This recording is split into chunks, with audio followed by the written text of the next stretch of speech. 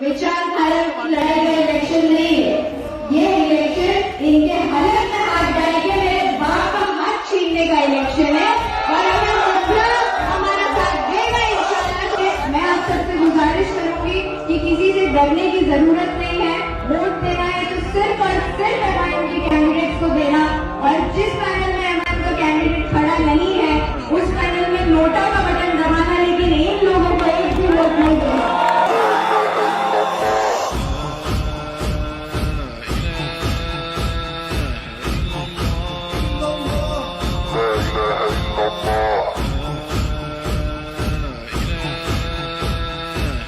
सिर्फ आते हैं तो